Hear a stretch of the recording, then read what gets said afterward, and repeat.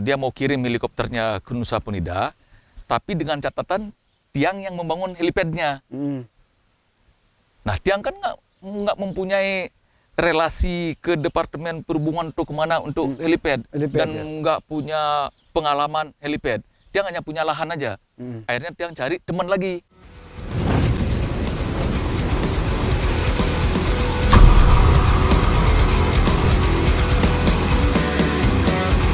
Kembali di Kurasi Media, podcast 123, kali ini menghadirkan bintang tamu seorang pengusaha hospitality atau perhotelan yang lama merantau di Nusa Penida.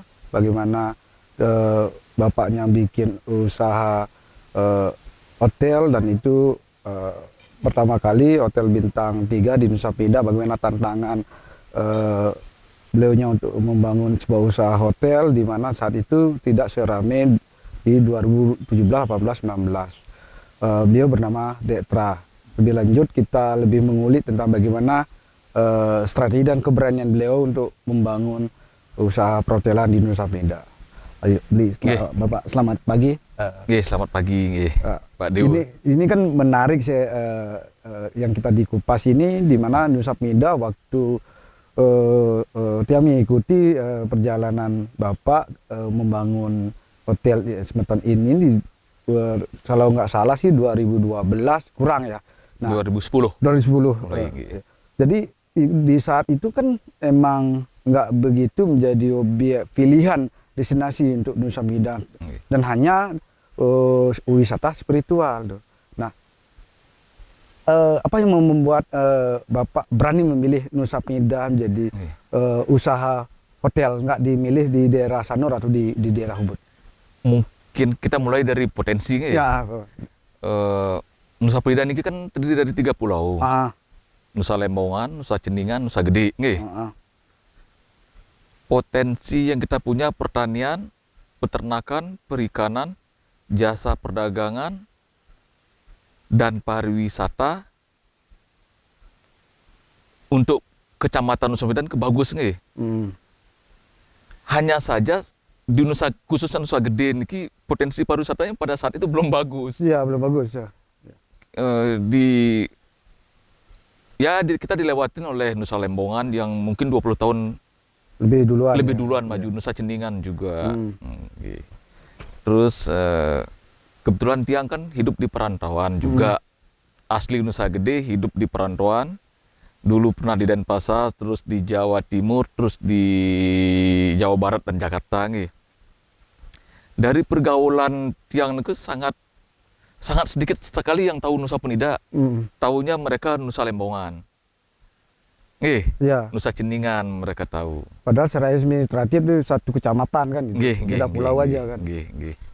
Kemudian tahun 2006 Tiang kan menikah. Upacaranya di Pulau Nusa Gede ini. Ngajaklah tamu-tamu dari Jakarta. Bingung kita nyari standar kamar yang bagus.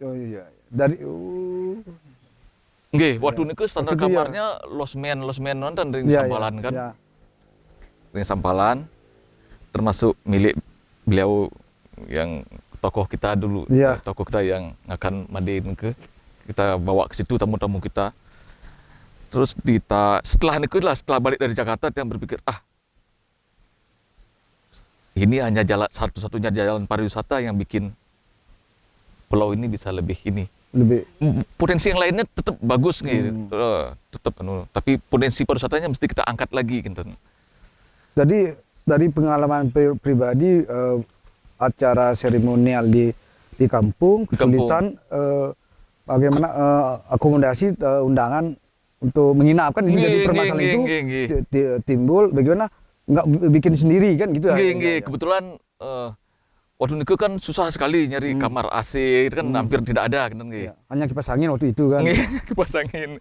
Terus kamar mandinya juga kan. Nah, terus setelah nikah yang udah mulai deh diskusi dengan arsitek. Kebetulan arsiteknya kan teman SMA. Mulai kita desain, mulai persiapan untuk niki lah. Sampai Tiang akhirnya memutuskan untuk berhenti bekerja. Resign. Ah.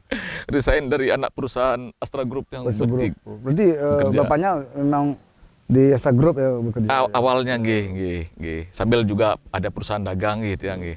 Nah, biasanya kan resign ada pertimbangan yang matang lah, ada keluar dari tempat kerja bikin usaha sendiri itu nggak segampang pindah aja kan, butuh mental dan persiapan. Bagaimana persiapan resignnya itu?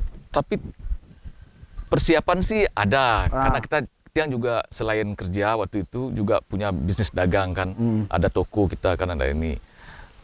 Secara modal kita udah siapin sedikit-sedikit sebenarnya. Oh, nabung. Sudah kita nabung. Ada tabungan kita bentuknya investasi kayak rumah, kayak apartemen, ya kayak mobil, ya itu kita semua jual. Untuk persiapan membangun Niki itu semua kita jual. Karena kita memang tidak berani pakai uang bank pada saat itu karena ketakutan kita gitu. Terus resign Desember 2009 ya. Ah. 2010 mulailah kita membangun Niki Ring Sameton. Berapa tahun kira-kira proses pembangunan? Proses pembangunannya 1,5 tahun. 1,5 tahun. Cuman godaannya yang Berat. berat karena sangat menjatuhkan mental pada saat itu. Salah satunya? Dari warga kita, dari teman-teman kita, mereka bicaranya begini, siapa yang mau dibikinin Hotel. di Nusa Penida? Siapa yang mau menginap di Nusa Penida? Terus yang paling membuat yang bukan kecewa sih sebenarnya, jengah lah kan lah. Ah. Di Nusa Penida nggak ada ombak katanya. Ya, Nggak ada ombak. Terus yang bilang turis itu hanya 5% yang nyari ombak. sesuai dengan data kan gitu. Iya, paling 5% nggak sampai 10% yang suka. Lihat aja tempat-tempat surfing itu berapa orang sih? Iya. Yang dari jutaan turis itu berapa orang sih yang surfing? Iya. Neket yang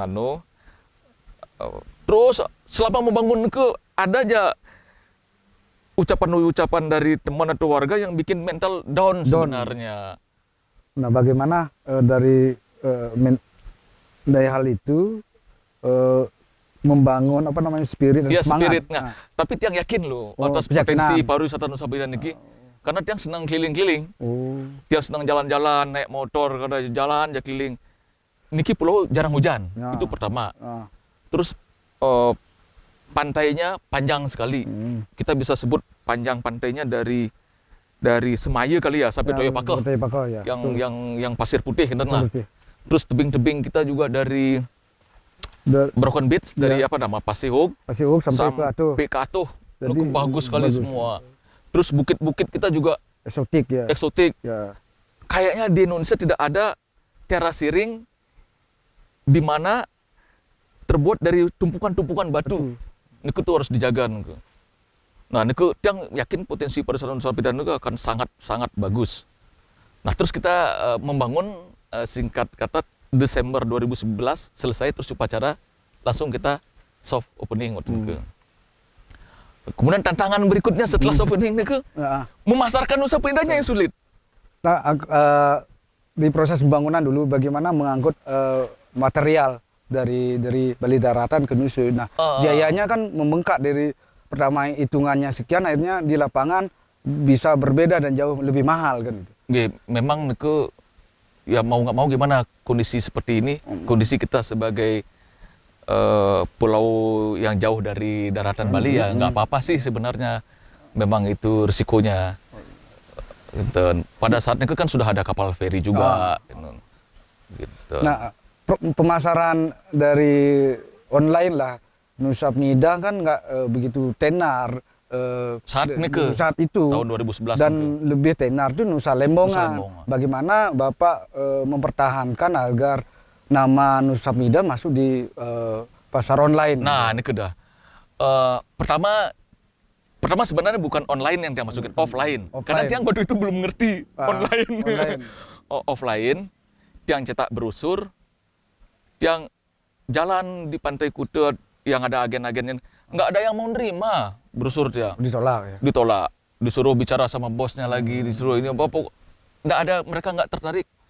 Akhirnya ada nggak rasa frustasi atau jenuh? Nggak ada waktu itu. Masih semangat? Masih semangat, karena kita yang yakin bahwa potensi perusahaan Nusa Penida ini sangat Potensial sangat kan.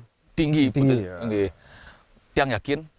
Terus karena offline-nya mentok, ampun nggih. Agen offline tidak tertarik, yang terpaksa tiang lari ke online. Online.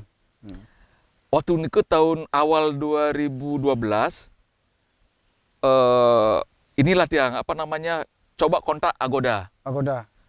Bermasalah lagi, tiang disuruh dia tidak mau masukkan nama Nusa Penida di search engine-nya Agoda. Disuruhlah tiang masuk ke Nusa Lembongan. Nusa Lembongan ya. Dia nggak mau.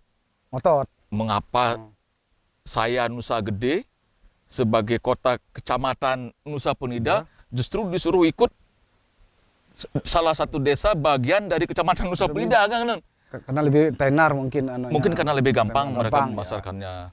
Komunikasinya pun dengan Agoda Indonesia sama Thailand kalau nggak salah nggih. Waktu ke Thailand apa Singapura yang lupa deh.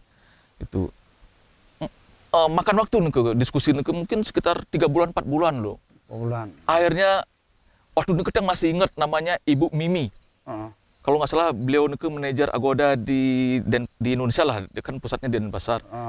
Beliau lah membantu kita ring semeton sampai akhirnya disetujui untuk search engine Nusa Penida. Sambil tiang online jualan online lewat online travel agent, kita juga sambil develop website sendiri. Waktu niku website kita develop oleh namanya Putu Suryo niku. Putu Suryo mungkin sekarang orangnya sangat terkenal di Bali karena dia punya usaha IT nggih. Beliau yang bantu kita. Terus kita jualan dengan menerima pembayaran via PayPal. Tahun awal 2012 nih, jualan pakai PayPal. Waktu ini PayPal juga susah di Indonesia ternyata. Sulit. Karena Bank Indonesia ini tidak masuk listnya PayPal. Wah, dia datang ke Bank Mandiri, saya nggak punya, dia bilang nggak punya kode untuk PayPal, bank code untuk PayPal. Masuk BNI juga, masuk BCA juga nggak bisa. Akhirnya BNI, dia bilang coba aja Pak pakai ini bank code-nya. Yang iseng lah masukin ke PayPal, iseng masukin PayPal bank code-nya BNI. Kemudian yang coba tes, masuk dananya, masuk.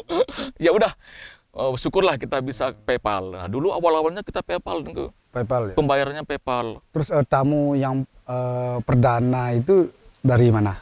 Tamu perdana tiang kalau tidak salah dari Rusia. Rusia itu pun tamu perdana yang naik kapal feri, mereka bawa motor berenam, 3 sepeda motor. Hujan-hujan mereka bingung nyari penginapan. Pas dilihat Ricky, dia masuk Ricky, wah langsung loncat-loncat dia. Wih, Nusa Penida ada kamar bagus. Wah, loncat-loncat dia. Wah, senang sekali. Senang, saking senangnya. Saking underestimate mereka dari Bali. Nusa Penida gimana kita nginep? Ini kan juga awal 2012 mungkin pada saat itu kita masih ditolak oleh offline travel agent, masih sulit dengan online. Ini tamu pertama kita. Dia naik sepeda motor berenam. Udah niku pada zaman niku air PDAM-nya sering mati, listrik sering mati. Jam 12 malam listrik mati, kan? Tantangannya berat. Terus pagi-pagi dia terpaksa minta maaf. Minta maaf tadi malam listrik mati. Dia bilang tidak apa-apa. Saya senang di sini, kan dia. Menginap dia kemana aja dia keliling. Waktu itu tamu Rusia. Waktu niku dia paling sekitaran, dia kayaknya belum tahu daerah, belum sampai ke Broken Beach ya. Kesal Bay aja. Paling jauh Kesal Bay. Paling jauh awal-awalnya. Testimoninya dari 6 tamu Rusia itu gimana? Bagus, dia bilang dia suka Nusa Penida. Cuman waktu itu kan belum ada orang ngisi di Google review, kan belum ada. Paling dia secara verbal ngomong ke kita, oh bagus Nusa Penida. Terus berikutnya juga Australia, Rusia lagi. Rusia itu namanya Pak, ada tamu yang Paul yang panggil dia Paul. Niku sampai berkali-kali mereka. Lebih daripada 3 kali. Oh, lebih. Pada saat tahun 2012 niku listrik mati. Dia duduk di lobi niku. Nah, karena dia bengong, ya orang Rusia kan senang minuman keras, yang carikan minuman ke Banjarnyo, yang beliin kacang, ya makan dia ketawa-ketawa, nggak peduli dengan listrik mati, orang dia senang dengan Pulau Nusa Penida. Terus siangnya dia pergi ke laut. Laut, ya. Padahal dia tuh ke Bali bersama anak istri. Anak istrinya ditinggal di Ubud, dia pergi ke Nusa Penida sendiri karena istrinya nggak mau. Pada saat nekeng, Dia mencoba destinasi yang baru. dia mungkin. destinasi yang baru. Terus nah, dari tamu yang pertama Rusia, bulan berapa sih atau tahun berapa sih mulai full kamarnya? Mulai bagus neke setelah Bupati baru. Oh gitu. Anunya trennya naik. Ini ke trennya naik mungkin. Berarti 2014 ya? Ya 2014 terus naik, apalagi ada infrastruktur jalan bagus nih nggih. Puncaknya di kita di 2016. 16. Berarti 2014 kan memang Nusa Penida Festival tuh event promosi dari pemerintah tuh kan seberapa signifikan pengaruh luar biasanya event Nusa Penida Festival? Besar pengaruhnya. Sangat sangat besar. Tamu domestik terutama mereka jadi tahu. Jadi ya. tahu Nusa Penida sangat besar. Terus 2016 kita puncaknya khusus untuk ring sebeton nggih. Ya. 2017 juga kita ibaratnya tidak ada pesaing lah. Sering banget kita full tuh kamarnya. 2018 2019 mulai karena banyak pesaing baru. Mulai terbagi. Tamunya mulai ada yang nginep di sini, ada yang nginep di sana. Tapi tiang pribadi sangat senang karena toh orang Nusa Penida juga biar cepatlah kita ini juga biar sama-sama menanggung beban pemasaran juga kan. Makin banyak yang bangun kan makin banyak yang masarin. Ya. Makin banyak makin cepat Pulau kita terkenal kan. Secara anunya pencarian di Google ketika ketik Nusa Penida sangat ada banyak anunya. Ada banyak. Varian hotel terus tulisan testimoni di Google apa. Itu juga pengaruh ya, boleh? Nggih, pengaruh. Tiang flashback kembali ke awal di tahun 2012 2013 neke.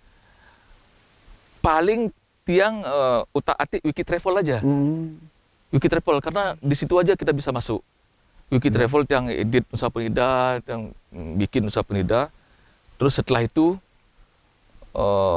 maju ke sininya di tahun 2015, 16, 17 sudah tiang udah nggak ini lagi dengan Wiki Travel karena sudah banyak TripAdvisor, Lonely Planet sudah nulis tentang Nusa Penida. Sudah banyak ya. Nggih, jadi itu online-nya sudah sangat terkenal. Kalau awal-awal kan memang hanya di Wiki Travel aja ada Nusa Penida. Iya. Terus tamu dari Asia negara mana yang pertama? Asia kita justru dari Cina loh. Yang pertama. Dari Cina mereka satu keluarga. Mereka nggak tahu Nusa Penida. Mereka booking via Agoda waktu itu. Oh, Agoda. Dia datang, dia kaget Nusa Penida. Sudah itu dia traveling pakai motor. Dia nyewa 3 motor, jatuh 1 orang, patah tangannya. Karena patah tangannya, tiang serve lah dia layar pakai mobil tiang yang nyetirin, tiang kasih free lah, tiang ajak main ke daerah timur, ke Gua Giri Putri, senang dia. Orang dia nggak tahu Nusa Penida sama sekali. Turis Rusia kan biasanya pakai grup. Nikitan sendiri dia. Beberapa orang dalam satu keluarga, ada 6 orang kalau nggak salah. Seperti nekat dia ke Pulau Nusa Penida. Iya. China. Berarti Asia. sama dengan kenekatan Bapak bikin hotel di Nusa Penida. Sama. Mungkin udah ada jalannya. Jalannya Ide Betara udah ini. Terus ke belakang ke sini tamu Asia yang banyak, Thailand sama Vietnam yang paling banyak justru. Sebelum krisis ini hampir tiap minggu kita ada turis Vietnam. Anak-anak muda lagi. Berarti setelah mulai Nusa Penida terkenal, kebanyakan dari kaum milenial yang datang. Apa memang orang? Ya, mengingat transportasi laut kita kan tidak bagus nih. Terutama di Nusa Penida bagus, tapi di Sanur kan masih kurang bagus. Di Kusambe bagus nih, karena sudah ada jeti. Ya mau nggak mau memang kaum muda yang ke Nusa Penida. Kalau kaum tua saat loading unloading di fastboatnya mereka bermasalah. Beberapa tamu tua cancel gara-gara lihat orang naik boot di Sanur. Menggendong. Dia ngarahin ke Kusambe, mereka keberatan jauh katanya dari pusat pariwisata di Sanur atau di Kute atau dari bandaranya jauh. Ya tapi kan makin kesini kan makin bagus nih. Ada rencana mau bangun pelabuhan juga di Sanur nih, mudah-mudahan cepat. Jadi perjalanannya sangat begitu tantangannya sangat luar biasa dan tetap masih kukuh dan semangatnya gitu. Nah, dari awal itu berapa kamar yang di pertama itu? Nah, yang pertama yang operasikan hanya 12 kamar loh. 12 kamar. 12, kemudian ada restoran kita, ada kolam renang. Ah, Terus karena booming di 2016 nih, nggih. ah, Start 2016 kita udah berpikir ini harus nambah kamar. Akhirnya yang bikinlah bungalow-bungalow nih, lagi 20 kamar kita nambah bungalow. Ini start kita bangun di pertengahan 2017 tapi akhir 2017 nanti yang lupa. Selesainya ada yang selesai di akhir 2018, ada yang selesai di Maret 2019. iya. Dapat setahun menikmati sebelum Covid kan. Sebelum Covid ya. Iya. Nah, gini. Dari jadi anak rantauan itu seberapa pengaruh secara mental Bapak menjadi seorang memilih entrepreneur lah. Itu kan tidak semudah yang diucapkan, tapi tantangannya kan luar biasa. Seberapa pergaulan di urban itu yang mempengaruhi Bapak? Sebenarnya bagi tiang itu jadi wirausaha atau jadi pegawai itu sama aja. Sama aja. Apalagi kalau kita bekerja di perusahaan grup yang besar, sama aja antara jadi wirausaha dan jadi pegawai. Cuman memang tiang ininya cita-citanya memang dari kecil tiang sudah nulis di buku diary tiang, punya perusahaan ini memang ingin jadi pengusaha. Berarti Tapi menurut tiang pendapat yang pribadi jadi pengusaha atau jadi pegawai ini sama aja loh. sama saja. Mau jadi wartawan ya sama aja. Cuma tantangannya beda kan gitu. Tantangannya juga sama. Jadi pegawai juga untuk dapat karir yang bagus kan mesti kerja keras. Iya. Sama jadi pengusaha juga untuk bisa terus survive kan mesti kerja keras. Iya. Mesti pola hidup sederhana. Jangan suka ngambur-ngamburin modal yang kita punya kan. Nah, terus sekarang kan memang 1,5 tahun ini Covid masih melanda Indonesia dan juga Nusa Penida. Aktivitas Bapak apa untuk mengisi kegiatan? Aktivitas yang paling ya ada usaha dagang, paling tiang ngecek enten adik yang jalanin usaha dagang di Jawa Barat kan. Nah, Niki juga kan meskipun Covid 1,5 tahun Niki kan ada aja kita tamu ya. Ada aja kayak ke 2 minggu lalu ada grup kita full kamarnya. Ada beberapa tamu yang memang ada yang direct ke tiang kan, nanya-nanya dia mengenai Nusa Penida bagaimana ini. Ada aja kegiatan. Nggak vakum sama sekali kita. Nggak vakum ya? Apalagi makin yang ada di Nusun. Banyak pekerjaan yang bisa kita lakukan. Kan, gitu, untuk mengisi. Termasuk ada lihat cek karena keseringan kosong. Justru kalau keseringan kosong bangunan itu cepat rusak loh. Bahaya malah ya. Bahaya. Tiang cek kok ada yang ngeromo ini, ya udah panggil tukang suruh ngerjain ya. Ikutlah lihat-lihat bantu mereka kerja. Nggak ada yang vakum. Cuman dia nggak mau mengambil bisnis baru. Resikonya terlalu besar. Besar ya. Untuk mengambil bisnis baru. Karena pertama risiko modal, kedua risiko kesehatan. Nggih, kan ada dari pemerintah kurangi aktivitas di luar kan, iya. Kurangi aktivitas beramai-ramai kan, dan yang ngerem itu nggak berani membangun bisnis baru. Dan juga pergerakan ekonomi juga masih turun kan, ya. Daya beli masih turun. Mending yang pilih biarin dulu yang ada. Yang penting bertahan dulu. Ada toko kita, ada usaha dagang itu biar itu jalan dulu. Ada ini penginapan ya udah itu dia nggak berani ngambil bisnis baru. Mungkin kalau kepanjangan nanti sampai lama nih, ya nggak apa-apa, kita punya kebun luas ya kita tinggal nanam apa, nanas atau nanam apa, atau nanam tanaman yang bisa menghasilkan produk ekspor kan bisa yang jangka pendek. Kayak sekarang kan orang lagi giat-giatnya porang, bisa kita langsung nanti ke porang kan. Ya nanti lihat situasi kondisi. Kebetulan kita masih punya sedikit tabungan, jadi kita bisa rem untuk bisnis baru, nggak apa-apa. nanti kalau kita lihat, tapi kayaknya nggak lama lagi nih COVID bakalan ini cepat selesai. Kan grafik itu kan selalu ada yang naik nanti turun. setelah naik puncaknya dia kan pasti akan turun. Ya.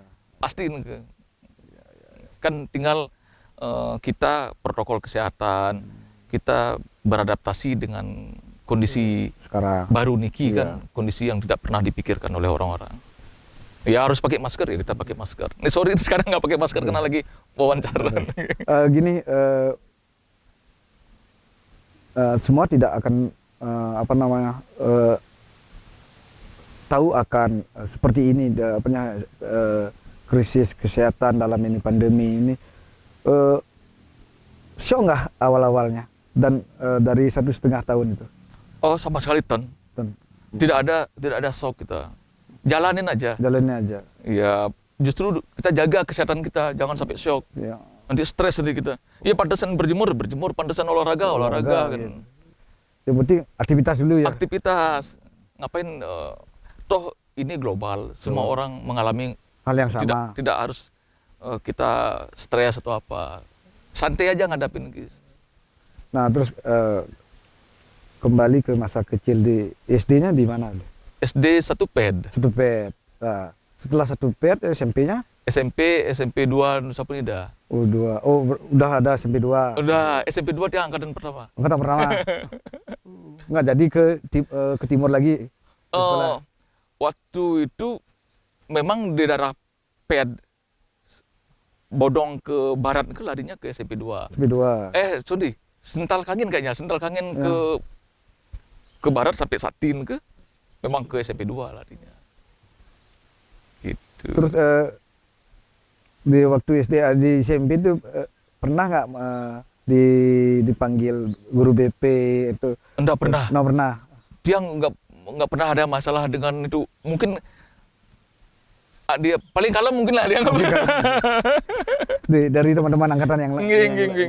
Nggak pernah guru BP, nggak pernah SMA juga nggak pernah, kuliah juga nggak pernah bermasalah dengan itu kenakalan lah. Nakalan. Biasa-biasa aja. Biasa landai berarti. Landai. Nah, terus SMA ke Bali Daratan.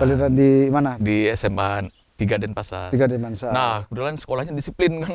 Iya. Nggak boleh naik sepeda motor, harus jalan kaki. Zaman tiang naik sepeda gayung, rambut mesti 1, 2, 3, apa 3, 2, 1. 3, 2, 1. Celana mesti lurus.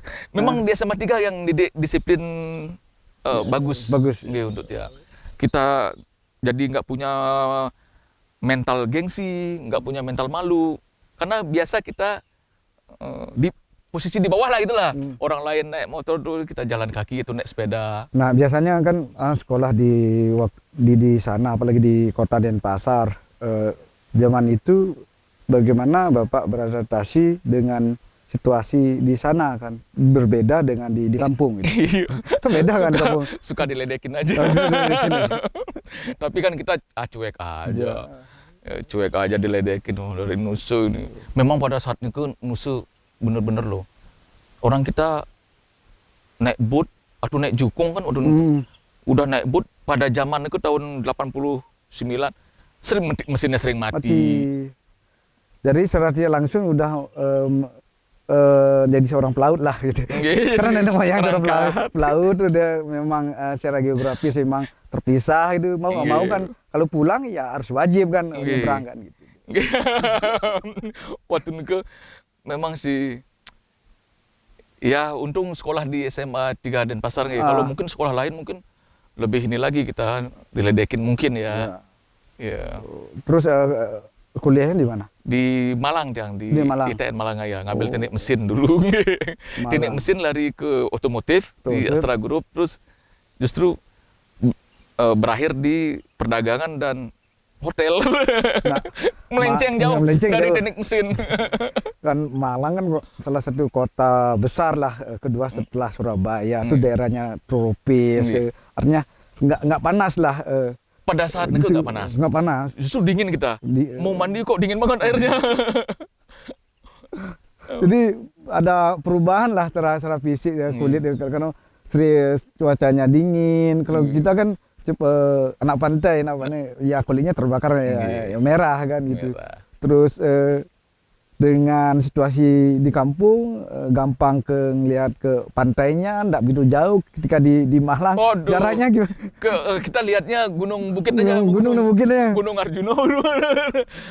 Terus kalau kita mau ke pantai ya ke Balikambang lah paling, ada pura di situ kan. Jaraknya berapa? Kalau dari kota Malang ke Balikambang ke sekitar kalau naik motor 2 sampai 3 jam ke. Wah, berarti dari Denpasar ke Buleleng lah. Jauh. Jauh. Ya. Jalannya jelek lagi. Paling ke Balikambang kita. Tambah memilih kota Malang melanjutkan kuliahnya ketimbang ke Denpasar kan banyak. Ikut-ikut temen aja sebenarnya. Kebetulan temennya rame-rame ya udah ikut aja. Apalagi kita kan anak Nusa Penida, mana ngerti kan. Iya. Paling ikut mana rame temennya di situ ikut. Nah, setelah selesai di Malang, mana lagi? Pertama kali kerja di mana? Yang pertama kali kerja memang di anak perusahaan Astra Group. Sampai tiang resign. Nggak pernah pindah-pindah lagi. Nggak pernah pindah-pindah lagi. Nggak pernah, karena prinsip tiang sebenarnya kalaupun bekerja sama orang ya sekali bekerja sampai pensiun.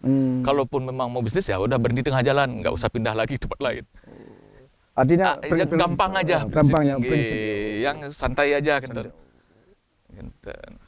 Iya. Berarti stabil lah gitu. Nah, terus berapa tahun sih tinggal di Jakarta gitu? Dia mungkin sudah 97, berarti udah 24 tahun gitu. Wah, udah lama itu. Persis, udah lebih daripada 24 tahun. Lama. Orang yang tanggal 1 April kok. Pas tahun 97 kan 97-98 kan mulai kerusuhan masih menikmati kepemimpinan beliau Orde Baru kan April 97. April 97 ya. Sempat pulang nggak waktu masih kacau kayak begitu? Sempat pulang. Kan ada liburan kita, sempat berlibur. Sempat libur. Jadi bapaknya mulai fase-fase yang termasuk di tahun lahir istimewa karena proses dari kecil itu, dari yang sampai digital sekarang itu masih bisa adaptasi lah. Jadi sesuatu yang istimewa, merasakan fase-fase dari awal, dari perkembangan, mengikuti dari perkembangan hingga digital ini. Gitu. Terus tahun 2001 sampai tahun 2002 yang sempat dikirim oleh perusahaan ke Jepang untuk belajar desain tooling. Pertama kali ke luar negeri. Tapi waktu itu yang ditemenin oleh bosnya langsung. Kalau Tenten bingung juga kita ke Jepang, nggak tahu apa-apa kan. Apalagi dengan huruf Jepang. Sempat belajar desain. Sudah nggak bisa baca, nggak tahu bahasa Jepang. Sulitannya kan ke Jepang kan. Memang kita sebelum kita dikirim ke Jepang sudah di training sih. Sudah di training bahasa di Jakarta. Seminggu sekali kita training. Adaptasi dengan kebiasaannya dia kan. Di sana kan disiplin kan. Disiplin, sangat disiplin. Yang kita bisa petik pelajaran daripada anak-anak muda Jepang dan orang Jepang, disiplin dan pola hidup sederhananya. Iya. Mereka hidupnya sangat sederhana loh. Meskipun mereka negaranya sangat maju, teknologinya luar biasa maju. Ya sama lah hampir dengan orang Nusa Penida lah mungkin lah. Iya. Mungkin orang Bali, kalau orang Nusa Penida, meskipun dia status ekonominya tinggi, kalau sudah ketemu di Banjar, sama. Ketemu di Pura sama kan, nggak ada strata ekonomi atas atau bawah. Mau geletak di lantai dia duduk makan ya geletak aja kan gitu. Ya. Mungkin sama dengan Nusa Penida atau sama dengan di Bali orang situ. Ini yang bisa dipetik, disiplinnya juga, terus kejujurannya juga luar biasa. Itu yang bisa kita. Nah sekarang kan apa strategi kedepannya dari pariwisata itu sendiri? Sekarang kan emang turunlah kunjungan. Nah strategi kedepannya apa yang mesti harus dilakukan untuk menggait pariwisata lebih lagi? Tantangannya 10 Bali baru itu kayak di Mandalika, terus Labuan Bajo, NTT, itu Banyuwangi berkembang kan itu. Sebenarnya tantangan kita di Nusa Penida tidak seberat awalnya tahun 2011, 2012, 2013. Tantangan setelah Covid ini lah. Ya. Orang Nusa Penida sudah terkenal kok. Terkenal. Ya. Klik sedikit, orang sudah tahu semua. Siapa sih yang nggak tahu mungkin Clinking Beach, Iya. pantai yang terbaik di dunia. No, Asia Di nomor satu. dunia Dia loh. Nomor 2, nomor berapa tuh? Masuk 10 besar kalau Ini nggak salah. pokoknya 10 besar terbaik di dunia, 10 besar lah paling tidak kan. Ya. Di Asia mungkin nomor 1 kan. Ya. Kan? Siapa nggak kenal Clinking Beach? Ya. Yang kayak dinosaurus kepalanya. Kan? Iya. Terus marin kita juga yang pariwisata laut kita, siapa yang nggak tahu Nusa Penida? Iya. Tidak seberat awal Awal. perjuangan kita dulu di tahun 2011, 2012, 2013 lah. Tidak seberat itu, sangat mudah setelah mudah. Covid ini. Terus apalagi dengan adanya 10 Bali baru. Sebenarnya Nusa Penida ini sangat strategis loh posisinya. Ya. Kenapa tiang bilang sangat strategis? Mandalika ini ada di sebelah selatan Pulau Lombok. Lombok. Segaris dengan Nusa Penida. Watas lah, anggaplah Ya. Nusa Penida nggih. Kemudian Banyuwangi juga selatan Jawa Timur. Jawa Timur. Kalau kita tarik garis dari Banyuwangi, dia lewat ke selatan Jimbaran, Bukit Jimbaran. Nusa Penida. Tembusnya pun di sebelah selatan Nusa Ceningan, Nusa Penida. Sebenarnya kalau lintas laut sangat strategis kita, enggak apa-apa. Nggak apa-apa. Justru Bali Baru ini menguntungkan 10 Bali Baru ini menguntungkan Nusa Nusa Penida. Penida. Kalau Apalagi, ada nanti apa namanya? Motor GP dari motor sini. GP, ya kalau kita mereka Indonesia. naik Winton speedboat, Bener. speedboat yang berangkat dari atau Beach misalnya ada pelabuhan boat dekat misalnya, Ya. sangat dekat loh ke Mandalika. Naik boat yang gede kan. Iya, dia. Daripada dia naik pesawat harus ke Denpasar, mending dia naik boat dari Nusa Penida. 2 jam udah nyampe 2 jam. Mandalika. Coba deh. Iya. Sangat strategis loh Nusa Penida niki. Iya, iya. Sangat strategis. Justru yang berharap Mandalika cepat rame. Cepat rame. Berarti kita butuh event internasional ya kan? Nggih, nggih. Apalagi motor GP, MotoGP. letak geografis Nusa Penida, Nggih. jaraknya tidak begitu Tidak begitu jauh, gitu. pas selatan. Tinggal bagaimana akomodasi lebih cepat ke sana Menghubungkan Pulau Niki dengan ke Mandalika. Kan, Nggih. gitu. Nah, tinggal mungkin ada nanti turis penggila balapan motor yang direct, mungkin yang dari Malaysia atau Thailand atau Filipina atau Vietnam atau negara Timur Tengah, dia langsung direct ke Lombok. Untuk dia kenal Nusa Penida, mesti ada promosi dari pemerintah Bali di Mandalika nanti memperkenalkan Nusa Penida kan lah. Ya. Ini ada pulau tetangga Mandalika yang bagus, namanya Nusa Penida kan. Ya. Ini perlu juga. Perlu ya. Apalagi udah kalau ada yang ngurus izin fastboat dari Mandalika, mereka udah kasih aja izinnya cepet-cepet. Cepet. Toh juga Nggih. ya, secara imbasnya kita juga kena kan gitu. Nggih. Dari motor GP ini kan. Dia udah cek di map, dia udah ambil tarik garis. Mandalika, Nusa Penida. Wah deket nih, paling 2 jam. Orang Nusa Penida, Gili Trawangan aja 2,5 jam. Itu kan lebih jauh. Ini kan lebih dekat dia. Tapi ke selatan dulu, baru ke utara dulu baru belok gitu. Nggak bisa lurus. Kena arus angin. Kata mungkin nanti ada nelayannya bilang.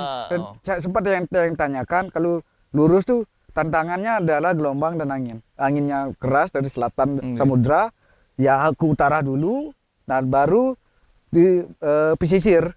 Baru mudah-mudahan arus ini kan tidak setiap hari. Ya, atau gitu. tidak setiap ada bulan-bulan tertentu. Kan. Mudah-mudahan pas ada event arusnya nggak keras. Tenang kan gitu. Jadi kan kayak makin itu kan tenang sekali, mau kita lewat mana juga tenang kan. Jadi kan bisa mempromosi welcome to Motor GP Nusa Penida. Tempatnya di Mandalika. Di Mandalika. Ya bisa. Nah, jadi perkembangan itu pernah kan kemarin berapa tahun yang lalu tuh berdebat masalah helikopter Denpasar Nusa Penida kan gitu. Mulai ada selengean lah gitu. Dan akhirnya ini kan ada yang kejadian sesuatu sudah ada yang berani. Sesuatu yang kita ayalkan menjadi selengean atau candaan-candaan dan terwujud dah. Pak Dewa, dia cerita mengenai helikopter gitu. Tahun 2019 Tiang ketemu dengan seorang ibu. Ibu ini seorang pilot dan punya perusahaan helikopter di Jakarta. Di Jakarta, kemudian Tiang meeting di Trans Studio Mall di Cibubur.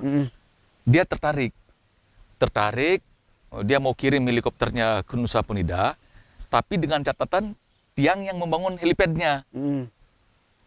Nah, Tiang kan nggak mempunyai relasi ke Departemen Perhubungan atau kemana untuk helipad dan ya. nggak punya pengalaman helipad. Tiang hanya punya lahan aja. Akhirnya Tiang cari teman lagi, namanya Pak Made Setiawan. Yang dari pilihan itu? Bukan, Pak Made Setiawan seorang pensiunan TNI AU. Tiang ngajak, beliaulah yang bersedia untuk membangun helipad.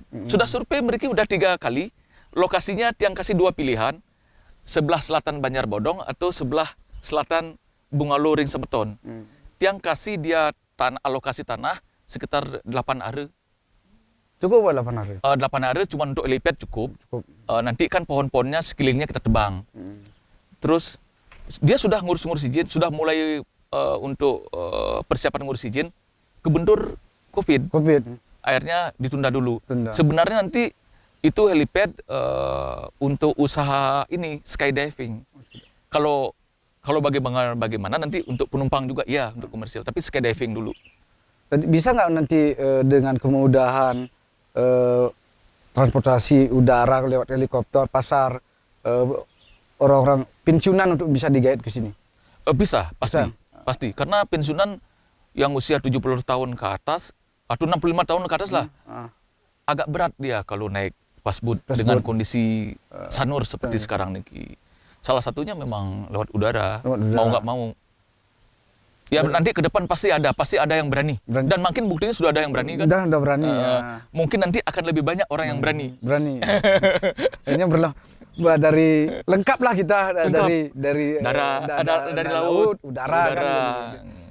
Belum lagi mudah-mudahan yang pengusaha yang transportasi udara itu masuk ke Nusam tidak, jadi variatif penyeberangannya kan lebih banyak lagi. Ngomong-ngomong masalah untuk perizinan helipad niki, Tiang sudah dapat dukungan dari penyanding tanah, sudah dapat tanda tangan dari kepala desa dan camat loh. Camat. Karena surat rekomendasi niki diperlukan oleh Pak Made Setiawan niki untuk ngurus izin. Sudah di rumah di Cibubur dokumen-dokumennya. Terus helikopter yang berapa penumpang itu? Rencananya waktu itu kalau nggak salah 5-6 penumpang. Orang ibu niki punya 2 apa 3 armada kan. Armada. Dia seorang pilot. Ya sangat menarik lah obrolan dari bagaimana awal membangun, terus bagaimana nanti ke depan transportasinya, pasar targetnya apa. Terima kasih Bapak telah mau menjadi narasumber dan juga berbagi pengalamannya selama ini, bagaimana kegigihan Bapak membangun usaha di tengah keterbatasan. Jadi keterbatasan itu sangat terbatas. Jadi melecet hanya semangat saja yang gede. Ya.